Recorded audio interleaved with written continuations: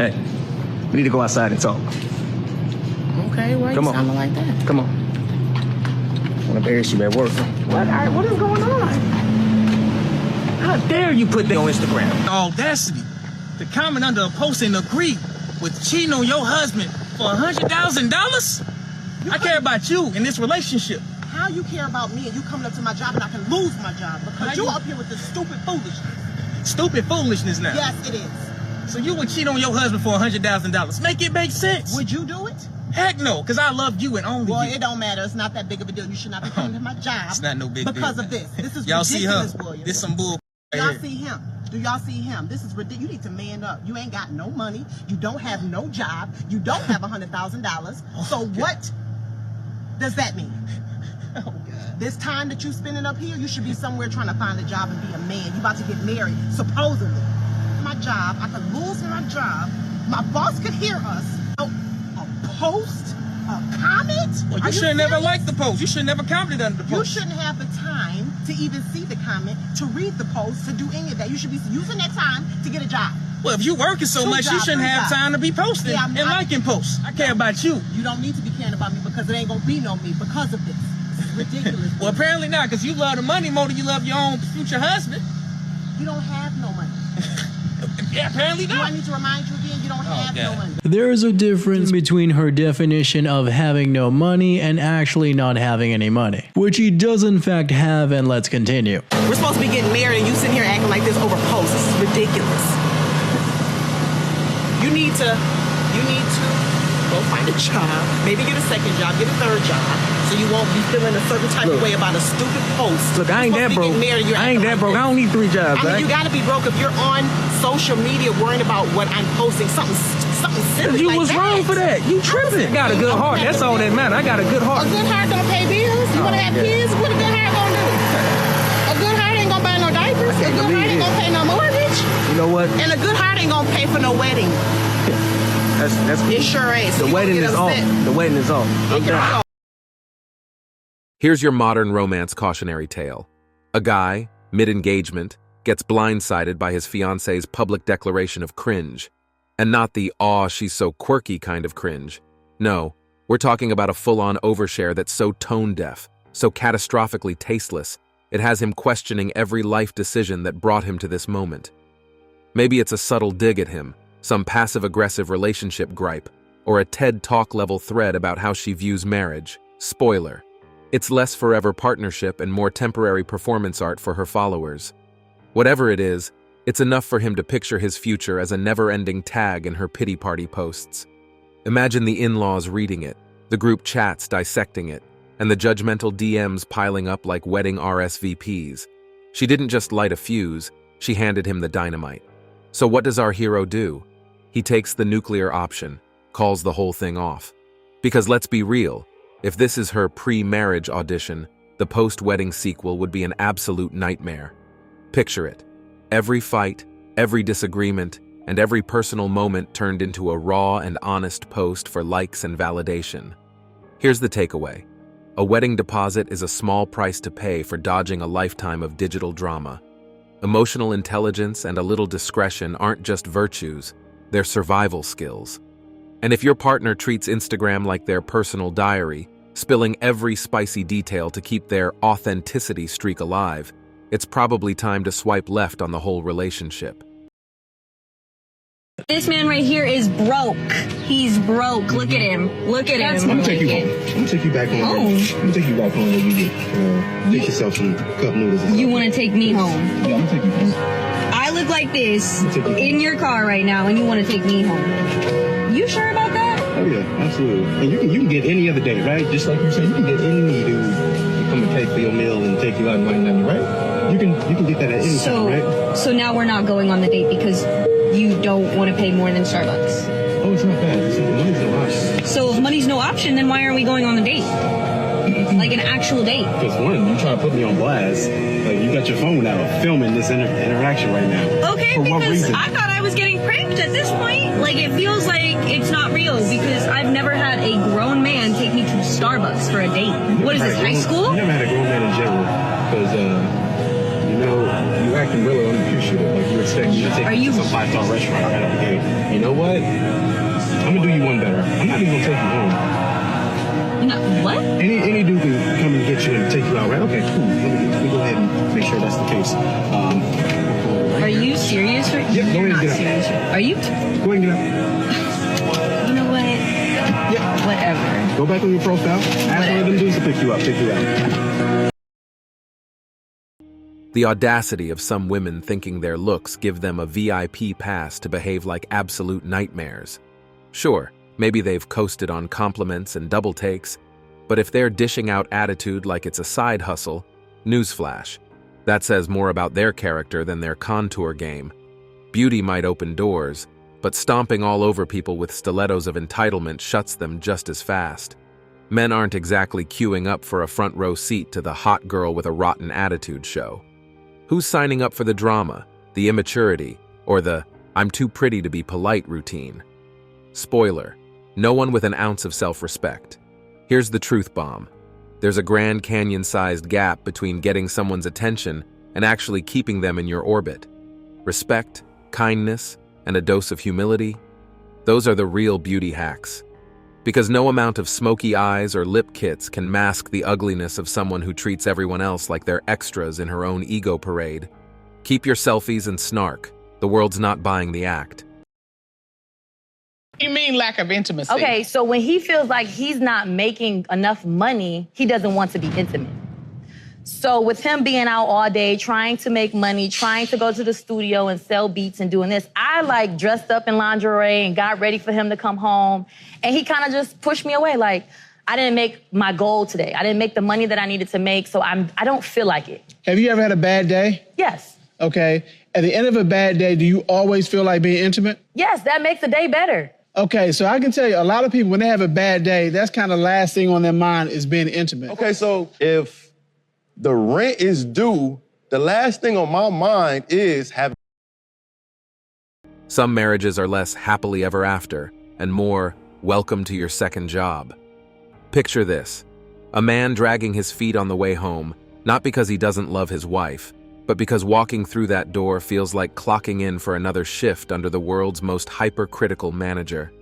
When she's running the household like a one-woman dictatorship, convinced she's always right and that her every whim should be gospel, it's no wonder he's not sprinting to get there. Why rush back when every conversation turns into a debate, every decision sparks an argument, and every mistake gets stockpiled as ammo for the next big blowout? Living with someone who treats criticism like it's her love language is soul-sucking. A marriage is supposed to be a partnership, not a relentless performance review. And let's be real, respect and compromise aren't optional, they're the glue. If she's too busy micromanaging to meet him halfway, he's going to keep taking the long way home, maybe even stopping for some peace and quiet along the scenic route. Who could blame him? Hey, Zara. Hi. All right, welcome back. Let's call this guy Eddie. You met on one of the apps. You went on a date. You thought everything went really well. You were hoping to see the guy again, but you haven't heard from him, and you kind of feel, you're bummed out because you liked him. It was kind of just a lot, and you're let down because you were hoping it was all going to be worth it, and now you're being ghosted, and you want to know why. Exactly, yeah. Okay, fair enough. Well, let's call this guy now. Good luck, Zara. All right, thank you. Hello? Hi, is this Eddie? Yeah, who's this? We're calling on behalf of a woman named Zara. You guys met on one of the apps, and I guess you went out recently. Okay. I remember her. So what happened? Because she called us and said she liked you a lot and was hoping to see you again, and you've ghosted her. I mean, is that true? Did you ghost her? Well, are you ghosting her? Yes, absolutely. Yeah. I'll tell you exactly what happened. Okay. So we went on a date, and it was great. We were having a good conversation. Great. It comes to around the end of the meal. I head to the bathroom, and I come back, and then the waiter brings the bill, and it's a lot more than I thought it was going to, look it over. I call him over, and I ask him, hey, why is my bill so much? And he's like, well, she, while you were in the bathroom, added 3 entrees and an appetizer to go. I was like, okay. So she was hungry. She was a hungry lady. Yeah. I mean, I assume she ate on the date too, right? Yes, she ate. We had, 2 appetizers even, and a dessert. So, I mean, she was full. But it seemed like she was taking them home for her. Please, no! No! No! No!